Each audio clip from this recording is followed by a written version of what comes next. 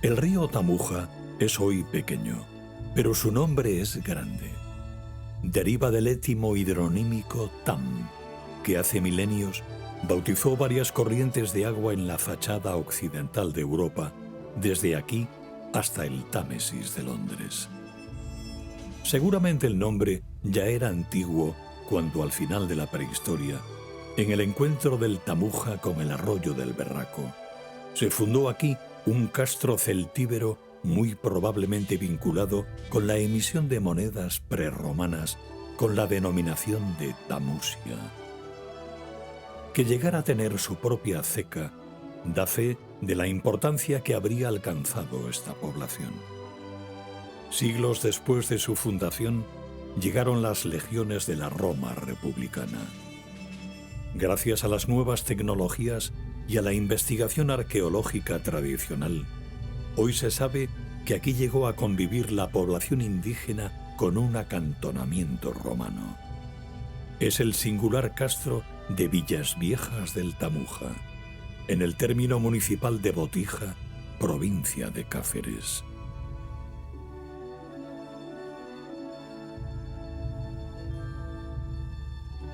En el interior de Villas Viejas del Tamuja, en el Lince con Botas.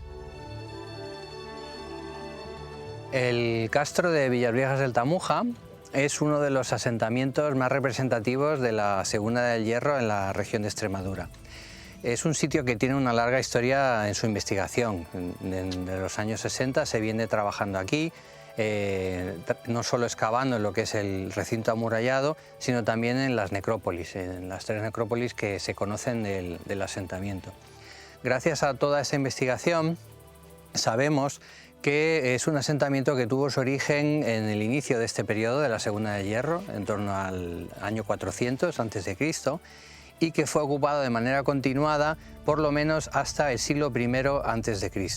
Esta es una historia larga que supone también una evolución en el sitio. Inicialmente se piensa que sería un pequeño núcleo de unas 4 hectáreas, situado en la curva que hace el río Tamuja, que es lo que se llama un ribero, un emplazamiento que no es muy prominente pero fácil de defender, para luego extenderse de manera que en su etapa final tenía más de 7 hectáreas.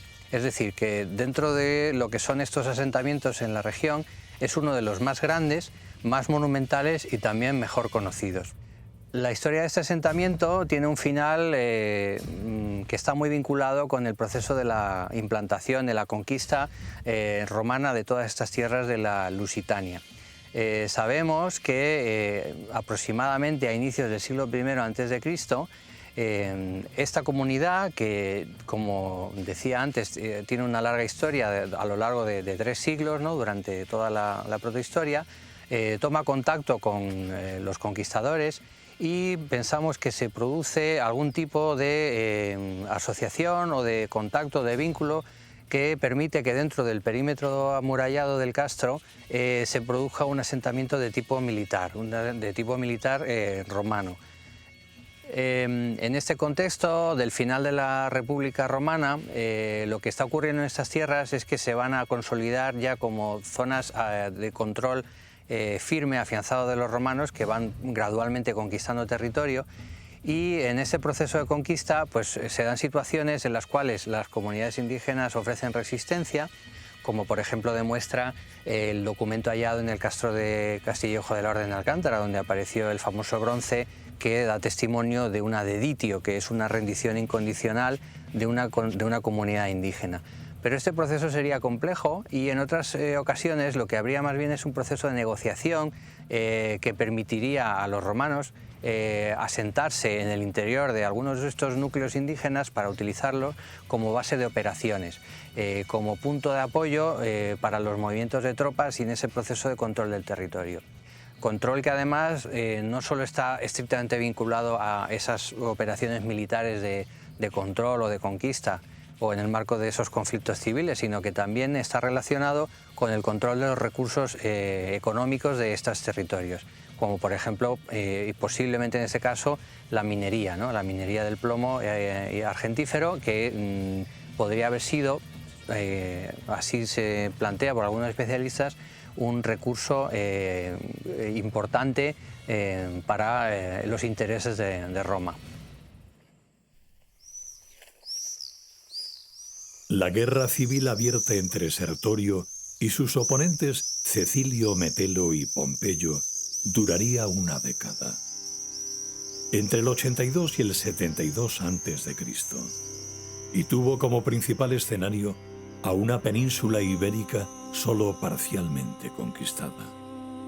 La República Romana se acercaba a su final, y las convulsiones que darían lugar al Imperio Romano involucraron a las poblaciones indígenas en esta contienda, y parte de esta historia se vivió aquí, como muestran los hallazgos en el yacimiento.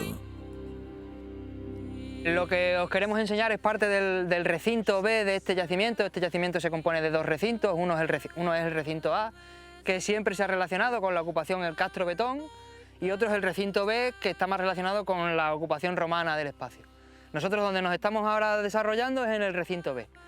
Ya el año pasado estuvimos por aquí desarrollando una escuela profesional, la Escuela Profesional Sierra y Llano de la Mancomunidad Integral de la Sierra de Montanche, formando especialistas, operarios especializados en arqueología, y ya estuvimos interviniendo por aquí, ya pudimos ampliar unas catas que estaban aquí presentes desde el año 68, las limpiamos y fuimos ampliando la zona, y bueno, pues el conocimiento del espacio se fue ampliando, ¿no?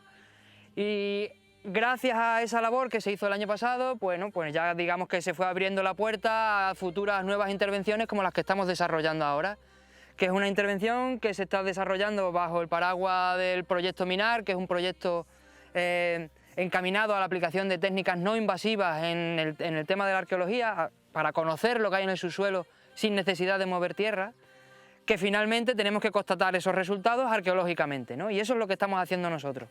Si empezamos desde los restos más antiguos a los restos más modernos que están presentes en el área de excavación, digamos que el eje vertebrador de toda esta ocupación es la construcción de la muralla, ¿vale?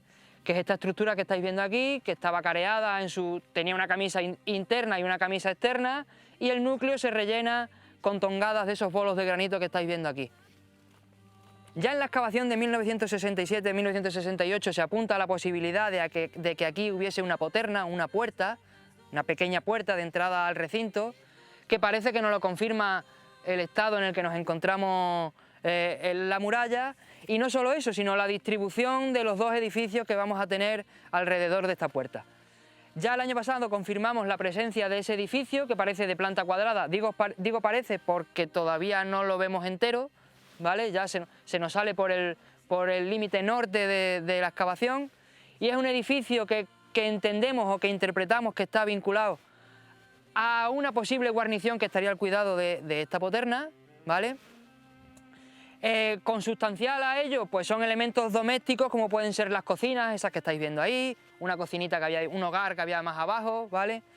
Y no solo eso, sino que, claro, a pesar de que es un ambiente militar, viven aquí, con lo que necesitan utensilios para el desarrollo de la vida diaria, ¿no? Que son lo que nos encontramos en la excavación de la estancia más cuadrada que tenemos allí al fondo, ¿vale? Donde el repertorio de cerámica nos remitía siempre a elementos destinados al almacenaje, tanto de vinos, aceite, como salazones, comida, es decir, teníamos ánforas, teníamos dolias, teníamos también elementos de plomo relacionados más con el pesaje de esas raciones que se deben de estar repartiendo desde aquí, como son pondus, luego elementos también militares, como podían ser glandes, munición de honda, puntas de pilum. Todo eso lo hemos estado recuperando en esa excavación, y por eso entendemos que la interpretación más fiable de ese edificio puede ser la que os he dicho al principio, ¿no? La estancia de una guarnición al cuidado de esta poterna. La excavación de esa habitación nos remitió a contextos que nos llevan en torno a finales del siglo II y las 2 décadas primeras del siglo I antes de Cristo siempre, ¿vale? Ese contexto lo podemos vincular a lo que son las guerras civiles que tienen parte de su escenario en Hispania, que es la guerra sertoriana, ¿vale? Una de las guerras civiles del final de la República Romana. La verdad es que para ser un campamento, si lo comparas con Cáceres el Viejo, que es un campamento, digamos, el más ortodoxo que tenemos y que conocemos en Extremadura, esto presenta como unos visos de perdurabilidad mayores que de los que fueron dotados Cáceres el Viejo, que parece un campamento más estacional. Esto, ya estáis viendo el porte que tiene la muralla. La ocupación que se vincula o que se acepta de este recinto es los siglos II y I a.C., es decir, un campamento que tiene una vigencia muy alargada en el tiempo. Los campamentos normalmente son campamentos de campaña, ¿no? Y tienen su vigencia pues destinados a ello. Aquí lo que está claro es que les motivó a construir de una manera mucho más perdurable, ¿vale? Y con más visos de estar asentados aquí en el tiempo bastante más largo. La confirmación de que el castro albergó tropas, estructuras y edificaciones militares elevaría aún más el valor histórico y patrimonial del yacimiento de Villas Viejas. En todo caso, parece evidente que su solar fue nexo de unión donde se ataron, mediante el poder de la fuerza militar, lazos que significarían el principio de una historia que abarca hasta nuestros días. La idea de que asentamientos indígenas como este albergan contingentes romanos, bueno, es una hipótesis que se ha manejado no solo para Villas Viejas, sino para otros enclaves de España y también de la zona portuguesa del Alentejo. Se ha llegado a hablar de un ejército invisible, es decir, contingentes militares que no se asientan en grandes campamentos como Cáceres el Viejo, sino que están ocupando parte del interior de los poblados indígenas con estas finalidades de control estratégico y militar, ¿no? En el caso de Villas Viejas, desde que se empezó a excavar, se tomó conciencia de que había una etapa final, en esa etapa, momento republicano del siglo I a.C., sobre todo ánforas, recipientes cerámicos, materiales que eran muy similares a los que hay en Cáceres el Viejo, por ejemplo. Todo eso hacía presumir que aquí teníamos esa presencia, ¿no? Lo interesante de los últimos trabajos que hemos desarrollado es que gracias a las prospecciones geofísicas combinadas con algunos trabajos de excavación, tenemos ahora elementos más firmes para defender que dentro de ese perímetro amurallado no solo hay viviendas de familias, de estructuras domésticas de tipo indígena, sino que hay construcciones que por su regularidad, por su planta, el diseño que tienen, indican a las claras que hay otro tipo de presencia en el yacimiento y cuyo paralelo en cuanto al diseño arquitectónico nos lleva con bastante seguridad a estructuras que suelen aparecer en contextos de campamentos o de asentamientos de tipo militar. El trabajo combinado entre excavación y prospección geofísica nos está dando datos muy novedosos respecto a cuál era la estructura urbana del castro. En concreto, uno de sus recintos, el situado al sur, del cual sospechábamos desde hacía ya bastante tiempo que estaba muy vinculado al proceso de la presencia romana, además en la etapa del conflicto sertoriano, datos que nos permiten vislumbrar una serie de edificios que se diferencian muy claramente de lo que serían construcciones de tipo doméstico, viviendas, es decir, espacios de habitación de la población indígena. Son, en cambio, construcciones muy regulares, trazadas a cordel, muy rectilíneas, que indican una planificación y un uso especializado. Lo que hemos hecho, lógicamente, es buscar similitudes entre esos edificios que estamos identificando aquí y otros yacimientos de esta época republicana en la península. Y encontramos una semejanza importante con construcciones de tipo militar, como por ejemplo barracones de los asentamientos militares que marcaban el cerco de la ciudad celtibérica de Numancia. Es decir, probablemente alojamientos para tropa que estarían ligados a esta idea que tenemos de que en Villas Viejas hubo esa presencia de carácter militar. Claro, este tipo de estructuras, hecha la salvedad de este caso que estoy mencionando de Numancia, pues no han sido, en otros contextos peninsulares apenas se han podido documentar con técnicas de excavación moderna. Las excavaciones de Numancia se realizaron a principios del siglo XX y con un criterio a veces más de la filología que de la arqueología moderna, con lo cual tendríamos aquí una oportunidad muy relevante, muy importante, de poder documentar con nuevos métodos, una metodología apropiada, esas construcciones vinculadas a esa presencia militar junto a un asentamiento indígena en este momento, que es un momento crítico, ¿no?, en la transformación de la Lusitania, por cuanto supone la incorporación ya definitiva de todos estos territorios al control romano.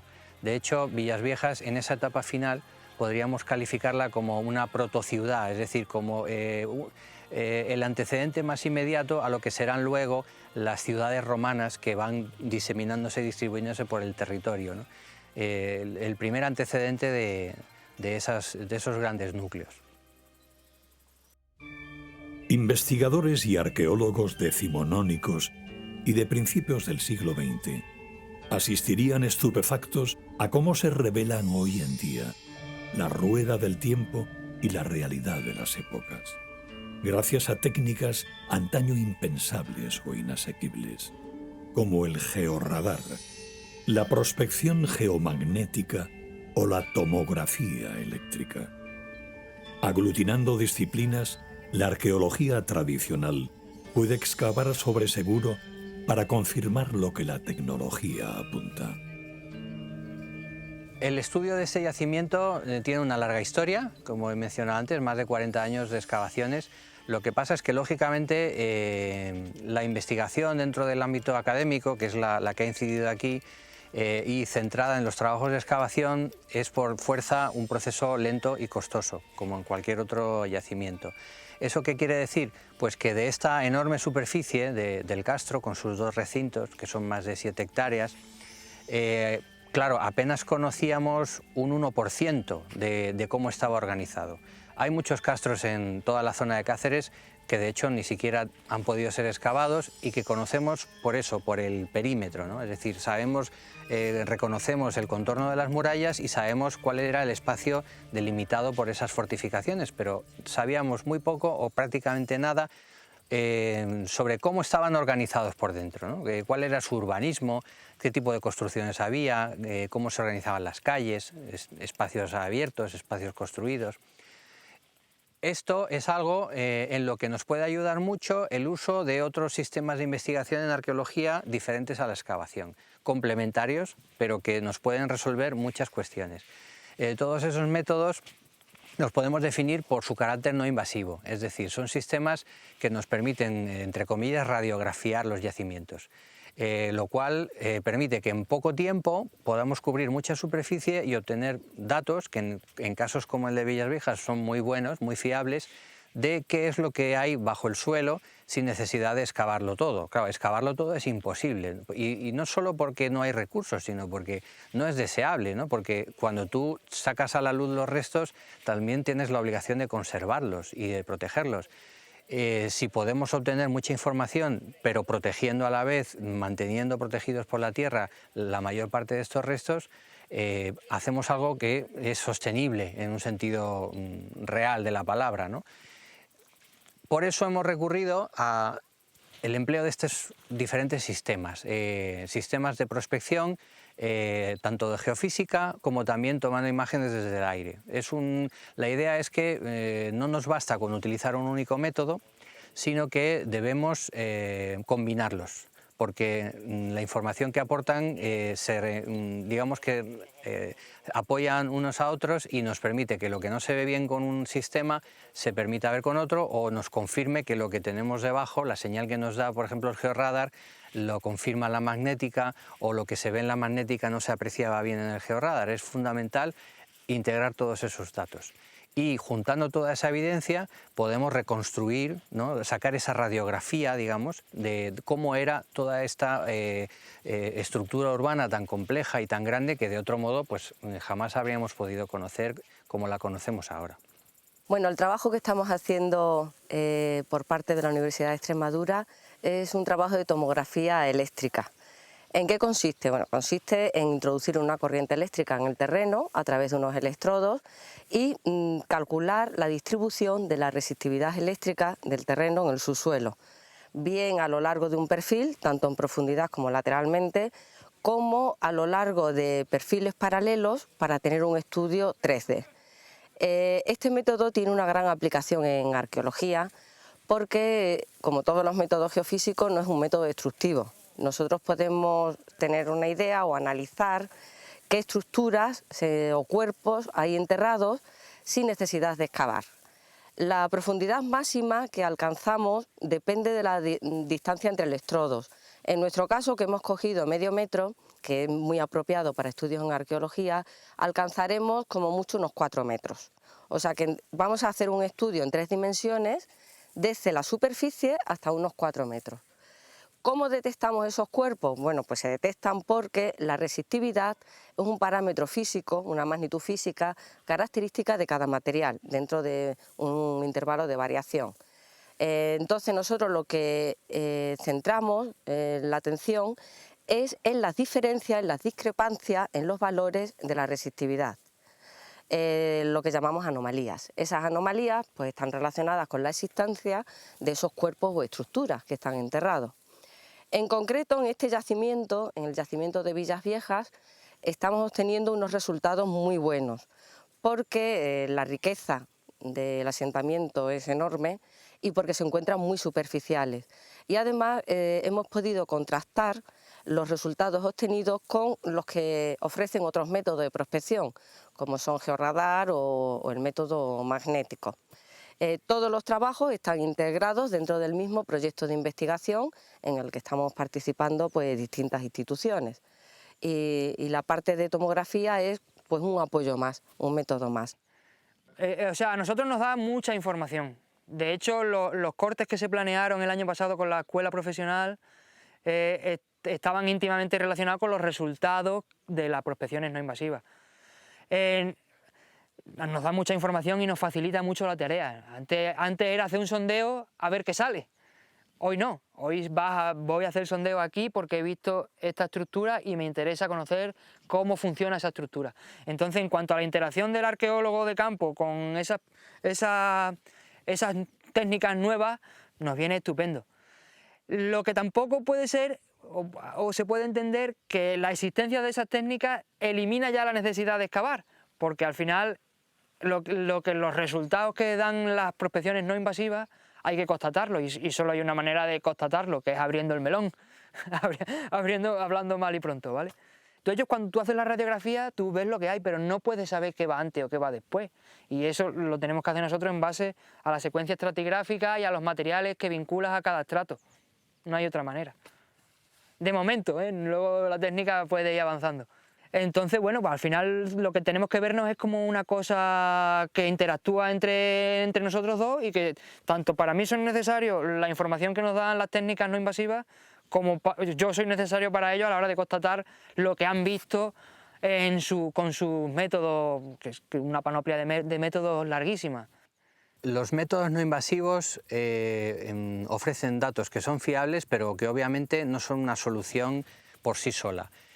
Hay cuestiones que necesitan de la excavación, pero en arqueología no se trata de utilizar de una manera sesgada una única técnica, sino de combinar todas las que nos pueden ayudar en el objetivo final, que es conocer cómo era la vida en ese asentamiento en aquellos tiempos. Los datos de excavación en ese sentido pues nos ofrecen informaciones fundamentales para saber en qué periodo se realizaron esas ocupaciones y muchos detalles de las formas de vida, alimentación, tipos de actividades económicas, forma de vivir en el espacio. Esas cosas no nos las puede dar la geofísica. Pero si la excavación, por ejemplo, nos dice que es válida la interpretación que hemos hecho de un dato de geofísica, eso significa que podemos extrapolar, que podemos deducir que los demás datos que estamos obteniendo en el conjunto son válidos y por lo tanto podemos considerar que esos datos de geofísica son informaciones fiables de cómo estaba organizado el castro, a un nivel de detalle muy bueno, prácticamente de organización de las viviendas.